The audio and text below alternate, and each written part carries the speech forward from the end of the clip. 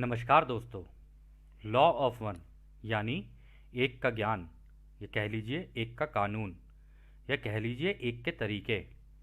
यह उसका 8वां सत्र है जो कि जनवरी 26, 1981 को रिकॉर्ड किया गया था।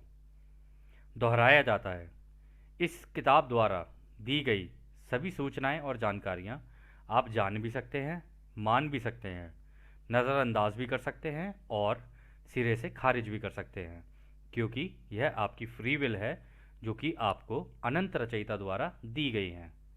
अब हम आगे चलते हैं। तो जैसा कि हर सत्र में होता है, रा कहते हैं, हम तुम्हारा स्वागत अनंत रचयिता के प्रेम और उसकी रोशनी में करते हैं। अब हम बात करने के लिए तैयार हैं। तो पहला सवाल डॉन करते हैं। मेरा एक सवाल है जो कि कुछ भी करने की आज़ादी से जुड़ा है और जिसका इस्तेमाल करते हुए ग्रहों का महासंघ अपना प्रचार शायद कर रहा है। कुछ संपर्क आप लोगों ने जानबूझकर होने दिए हैं आपकी परिषद के द्वारा, परंतु ये कम ही होने दिए गए हैं, शायद आज़ादी को ध्यान में रखकर केवल उन लोगों के साथ जो संपर्क करना चाहते हैं। ये किताब हम लोगों में बांटना चाहते हैं और वो भी हम उनकी इच्छा को ध्यान में रखकर कम लोगों को ही बांटेंगे। काफ़ी लोग इस किताब को पढ़ना चाहेंगे, पर अगर हम बांट दें तब भी कई लोगों को नहीं पता होगा कि ऐसी कोई किताब भी है। क्या कोई तरीका है कि इस किताब का हम ज़्यादा से ज़्यादा प्रचार कर सकें, या फिर ये आज़ादी के कानून के विरुद्ध है? तो रा कहते हैं, अपनी ज़िंदगी के अनुभवों को ध्यान से देखकर सोचना। कुछ चीज़ें अचानक से हो जाती हैं और कुछ अजीबोगरीब परिस्थितियों में हो जाती हैं और एक के बाद एक दूसरे से जुड़ती हुई चली जाती हैं। इसको बहुत गौर से सोचना। हर किसी को मौके मिलेंगे जो उनको चाहिए। ये ज़रूरी नहीं कि इस किताब का महत्व या इसकी जानकारियाँ किसने दी वो सब ही ढूंढ रहे हों या इसकी इच्छा रखते हों। इसलिए हमने जो संपर्क, या कह लो एक तरह से तुम्हें आकाश में प्रकट होकर प्रचार किया, उसको साधारण ही रखा, ताकि जिनकी आंखें खुलती जाएं वो इस जानकारी को ढूंढें और इस मायाजाल की छोटी छोटी कड़ियों को समझ सकें। तो दोस्तों, ये बहुत इंपॉर्टेंट बात यहाँ पर कही है कन्फेडरेशन ने कि देखो यार, ये किताब हो सकता है आप लोगों को बहुत पसंद आए, या आपके दिल में घर कर जाए, या आपको समझ में आ जाए पूरा मायाजाल का खेल। तो ये आपके ऊपर है कि आप चाहोगे कि दूसरों से आप इसे शेयर करो। तो वो भी आप ही की आज़ादी है कि आप करना चाहो या ना चाहो, परंतु यह भी सेवा में ही काउंट होता है कि आप दूसरों की सेवा करना चाहते हो या नहीं चाहते हो। या आप ये सोच सकते हो कि यार पहले मैं सीख लेता हूँ फिर मैं दूसरों को दूंगा। परंतु इस किताब की जो खास बात है ना, वो ये है कि यदि आपके हाथ लगे तो दूसरों से शेयर करना, तो वैसे भी हमें सिखाया गया है कि दूसरों से शेयर करना चाहिए। तो यदि दो लोग एक साथ आगे बढ़ते हैं ना, तो उस केस में क्या होता है ना, डिस्कशंस बहुत अच्छे होते हैं आपस में। जो डिस्कशंस आपस में होते हैं ना, तो ऐसे में दो लोग, तीन लोग, चार लोग, पांच लोग, 10 लोग एक साथ ही आगे निकलते चले जाते हैं। जो कि आपने लॉ ऑफ स्क्वायर्स में भी देख लिया होगा कि जितने जल्दी जल्दी ज़्यादा लोग होते जाते हैं उतनी तेज़ी से ये ज्ञान आगे बढ़ता जाता है और उनकी जो ग्रोथ होती है वो तेज़ी से होती है। तो राय यहाँ पे कह रहे हैं कि कुछ चीज़ें अचानक से हो जाती हैं और कुछ चीज़ें मतलब अजीबोगरीब परिस्थितियों में हो जाती हैं। हो सकता है आप में से कई लोगों की ज़िंदगी में किताब अजीबोगरीब परिस्थितियों में आई हो, या हो सकता है कि आप इसे ढूंढ रहे हो। ऐसा ही होता है। वैसे कहा जाता है लॉ ऑफ वन के लिए कि आप लॉ ऑफ वन को नहीं ढूंढते हो, लॉ ऑफ वन आपको ढूंढती है। वो इसलिए क्योंकि जैसे ही आपने खोजना शुरू किया, ये अपना रास्ता बनाकर आपकी आंख के सामने आके खड़ी हो जाती है। अब ये आपके ऊपर है, आप इसे दूसरों से शेयर करना चाहो या ना चाहो, यह हम आपकी इच्छा पे छोड़ते हैं। तो अगला सवाल डॉन करते हैं। कल के सत्र में आपने कहा था जो विमान हमारी धरती पर उतरे हैं उनमें से कुछ हमारे लोगों के हैं और कुछ ओरियन समूह के हैं। इसका क्या मतलब है कि कुछ हमारे लोगों के हैं? तो रा कहते हैं, तुम्हारे लोगों के पास अभी ऐसी तकनीक की उपलब्धियां आ चुकी हैं जिनसे वो ऐसे विमान भी बना सकते हैं, या कह लो बना चुके हैं और उड़ा भी सकते हैं, जिनको तुम यूएफओ कहते हो। तो दोस्तों, ऐसा नहीं है, धरती पर भी हैं। तो रा कहते हैं, तुम्हारे लोगों के पास अभी ऐसी तकनीकी उपलब्धियां आ चुकी हैं जिनसे वो ऐसे विमान बना भी सकते हैं, बना चुके हैं और उड़ा भी सकते हैं जिनको तुम यूएफओ बोलते हो। तो दोस्तों ऐसा नहीं है कि ये कन्फेडरेशन के पास ही है, इस धरती पर भी हैं क्राफ्ट ऐसे। तो आगे रहा कहते हैं, दुर्भाग्य से यह तुम्हारी मनुष्य सभ्यता की भलाई के लिए नहीं बल्कि उनके विनाश के लिए बनाई गई है। इस गड़बड़ी के कारण ऐसी संभावना बन रही है कि ना तो वो जिनका झुकाव अपनी सेवा के भाव का है और ना वो जिनका दूसरों की सेवा का भाव है उनके लिए इसमें इस्तेमाल हो रही ऊर्जाओं को दे सकें। मतलब यहाँ पर राय ये कह रहे हैं कि इसके अंदर जिस तरीके की ऊर्जा इस्तेमाल हो रही है ना, इस ऊर्जा को बोलते हैं अनंत ऊर्जा, या इंग्लिश में कह लो जीरो पॉइंट एनर्जी, या कह लो फ्लक्स फील्ड। कह रहे उसका इस्तेमाल होता है इसमें। तो वो कह रहे हैं इस ऊर्जा का इस्तेमाल करके अनंत बुद्धिमानी को प्राप्त किया जा सकता है। इसकी वजह से भी कटाई बहुत कम होगी। तो कह रहे हैं जिन जिनको सतयुग में जाना था इसकी वजह से उनको भी सतयुग में जाने से रोका जा सकता है, उनकी भी कटाई बहुत कम होगी। तो मार्क इधर है, तेजा मैं नहीं हूं, तेजा ये है। तो डॉन कहते हैं क्या ये विमान वो ही हैं जिनको हम हवाई जहाज बोलते हैं? ये कहाँ रखे हैं? तो रा कहते हैं ये उनके पास रखे हैं जिनको तुम युद्ध के सामान को बनाने वाले बोलते हो, जो तुम्हारी आर्मियों को युद्ध का सामान बेचते हैं। ये अलग अलग जगहों पर रखे हुए हैं। कुछ जगह समुद्र के नीचे हैं जिनको तुम बहामास की जगह बोलते हो और वहां का पानी बोलते हो, और कुछ प्रशांत महासागर के नीचे रखे हैं। तो दोस्तों यहाँ पर बहामास ओशंस और पैसिफिक ओशन के नीचे की बात हो रही है कि उसके नीचे रखे हुए हैं ये। तो फिर आगे कहते हैं कुछ चीली के पास भी हैं, कुछ तुम्हारे चंद्रमा पर भी रखे हैं जिन पर अभी काम चल रहा है, कुछ धरती के अंदर नीचे रखे हुए हैं जो देशों को आपस में जोड़ती हैं, कुछ तुम्हारे आसमान में भी हैं जिनको तुम सैटेलाइट्स बोलते हो। ऐसे कई सारे बने हुए हैं जो विनाश के लिए बनाए गए हैं। तो दोस्तों कोई जगह नहीं छोड़ी है। आकाश, पाताल और धरती सब जगह पर हैं।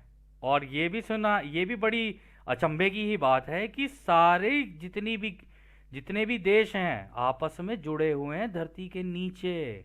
तो एक क्राफ्ट को दूसरी क्राफ्ट जगह पर ले जाने में कोई वक्त ना लगे, यहां से सारे इधर से उधर हो जाएं, ये बता रहे हैं रा। तो फिर आगे डॉन कहते हैं जो लोग इन विमानों को चलाते हैं वो कहाँ हैं? क्या वो इस धरती पर किसी देश के हैं?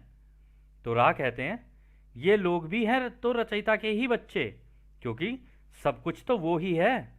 पर तुम्हारे हिसाब से कहें तो ये वो हैं जिनको तुम देश की सुरक्षा का ध्यान रखने वाले बोलते हो, या अंग्रेजी में नेशनल सिक्योरिटी बोलते हो, उनके पास हैं। तो डॉन कहते हैं क्या मुझे ये समझना चाहिए कि अमेरिका के पास ऐसे यूएफओ जैसे विमान हैं जो समुद्र के नीचे भी हैं? तो रा कहते हैं हाँ, वो समुद्र के नीचे ही हैं। तो डॉन कहते हैं इन विमानों को बनाने की तकनीकियां अमेरिका के पास कहां से आई? तो रा कहते हैं तुम्हारे बीच में एक वैज्ञानिक हुआ करता था जिसका नाम निकोला टेस्ला था। जब वो तुम्हारे मायाजाल को छोड़कर चला गया, जिसको तुम मरना बोलते हो, जिन कागजों पर उसने ये अनंत ऊर्जा को इस्तेमाल करने की तकनीक लिखी थी, तो वो तुम्हारी सुरक्षा एजेंसियों ने हथिया ली और तुम्हारे लोगों से छुपाकर रख ली ताकि वो इसके इस्तेमाल से ये विमान चला सकें। जिनको तुम रूस बोलते हो उनको 27 साल पहले हमारी ही महासंघ के एक छोटे से समूह ने भोलेपन में आकर इस तरह की तकनीक दे दी थी। उनको बाद में एहसास हुआ कि उनसे गलती हो गई है, परंतु पीछे से हमने काफ़ी सारी चीज़ें की हैं ताकि हम तुम्हारी मदद कर सकें। कटाई के वक्त हम काफ़ी सतर्कता से काम कर रहे हैं और देख भी रहे हैं कि जैसे जैसे तुम्हारे यहाँ के देश एक दूसरे के ऊपर शक्ति पाने के लिए कर रहे हैं, वैसे वैसे तुम्हारी दुखी आवाज़ भी हमारे पास बढ़ बढ़ कर आ रही हैं। हमें तुम्हारी मुश्किलें अच्छे से दिख रही हैं। तो दोस्तों मार्क इधर है, तेजा ये हैं।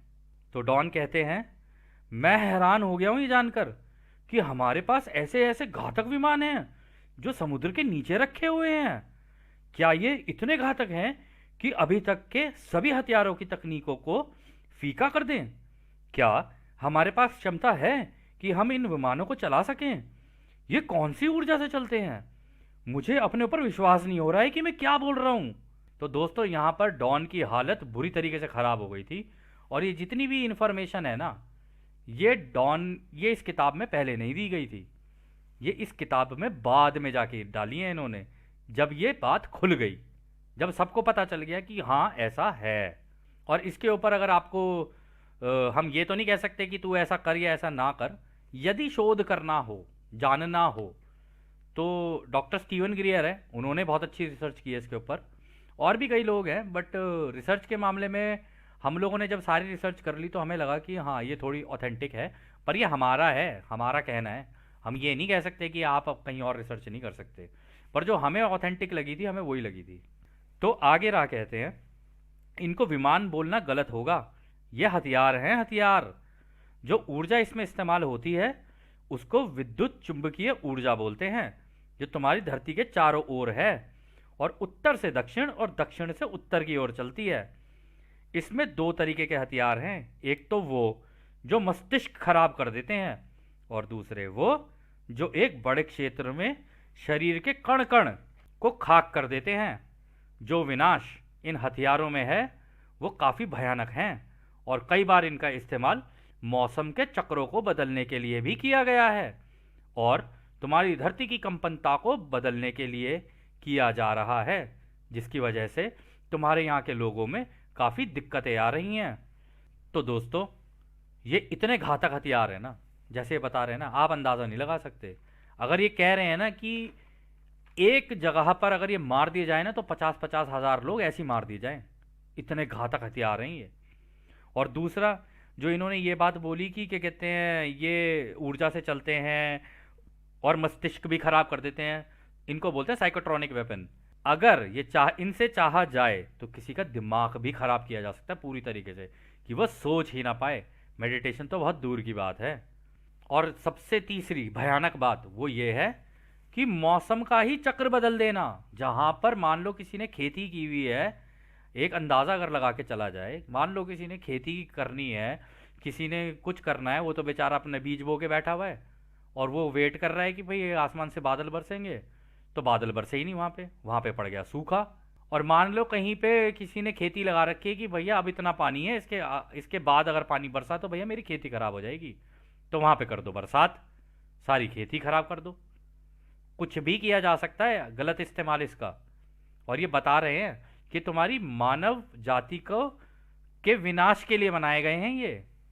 तो आप समझ सकते हैं कि कहानी कहाँ चल रही है। खैर, ये इस किताब में लिखा हुआ है, आप इसे मान भी सकते हैं, जान भी सकते हैं, नज़रअंदाज भी कर सकते हैं और सिरे से खारिज भी कर सकते हैं, ये आपके ऊपर है। तो डॉन कहते हैं, इन्होंने इसको इतने समय से गुप्त कैसे रखा हुआ है और ये लोगों के इस्तेमाल के लिए क्यों नहीं किया जा रहा है? तो राह कहते हैं, तुम्हारे यहाँ की सारी सरकारों की इच्छा है कि वो इसको तुमको ना बताएं, ताकि इसका अचानक से इस्तेमाल किया जा सके उन पर जिनको तुम दुश्मन कहते हो। अब दोस्तों, दुश्मन कोई भी हो सकता है। दुश्मन आपस में देश भी हो सकते हैं, दुश्मन जनता भी हो सकती है, और दुश्मन आपके भेजे हुए भाई बहन महासंघ के भी हो सकते हैं। किसी भी जगह हो सकता है ये। आप जहाँ जहाँ अपना दिमाग दौड़ा सकते हो आप दौड़ा लेना। आप अनंत दिशाओं में दौड़ाओगे, आपको सब समझ में आ जाएगा। आप इतने समझदार हो सारे के सारे। हम अपने मुंह से कुछ नहीं कह सकते कि तू ऐसा कर ना कर, ये कर वो कर। इस किताब में लिखा हुआ है, मानना है मान, नहीं मानना है मत मान, तेरी इच्छा। तो डॉन आगे कहते हैं, अमेरिका के पास ऐसे कितने विमान हैं? तो रा ने कहा, अभी उनके पास 573 हैं और अभी वो और मात्रा में बना रहे हैं। तो 1981 26 जनवरी उस वक्त 573 थे, और अब हम कहाँ पर हैं? 2022। कितने साल हो गए? 50 साल। 50 साल में क्या क्या नहीं किया जा सकता, आप खुद अंदाज़ा लगा लीजिए। तो डॉन कहते हैं, क्या इस तरीके के विमान पूरी तरह से ये काफ़ी हद तक या कुछ हद तक हमारी रोज़मर्रा की ज़िंदगी में ऊर्जा और एक जगह से दूसरी जगह जाने की मुश्किलों को आसान नहीं कर देगा? रा कहते हैं, जो तकनीकी उपलब्धियां तुम्हारे लोगों के पास हैं वो तुम्हारी सारी दिक्कतें और परेशानियों को पूरी तरह से ख़त्म कर सकता है। हालांकि हम तुम्हें बताना चाहेंगे, तुम्हारे यहाँ के कुछ लोगों ने इसे तुमसे बचाकर या छुपा कर रखा है ताकि वो तुम पर राज कर सकें और इसका इस्तेमाल और ज़्यादा शक्तिशाली होने के लिए कर सकें। तो अगला सवाल डॉन करते हैं।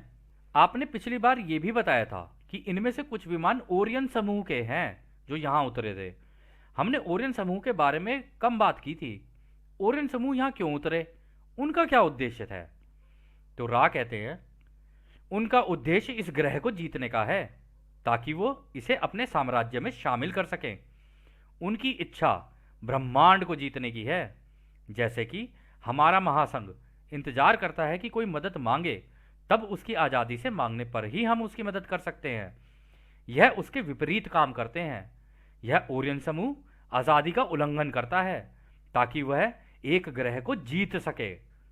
तो दोस्तों, राम भी आंख के सामने है और रावण भी आंख के सामने है, दज्जाल भी आंख के सामने ही है, लूसीफर भी आंख के सामने ही है। कहानी यहाँ है।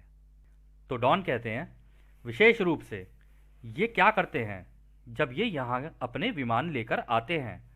तो रा कहते हैं, जब ये आते हैं तो दो चीज़ें करते हैं।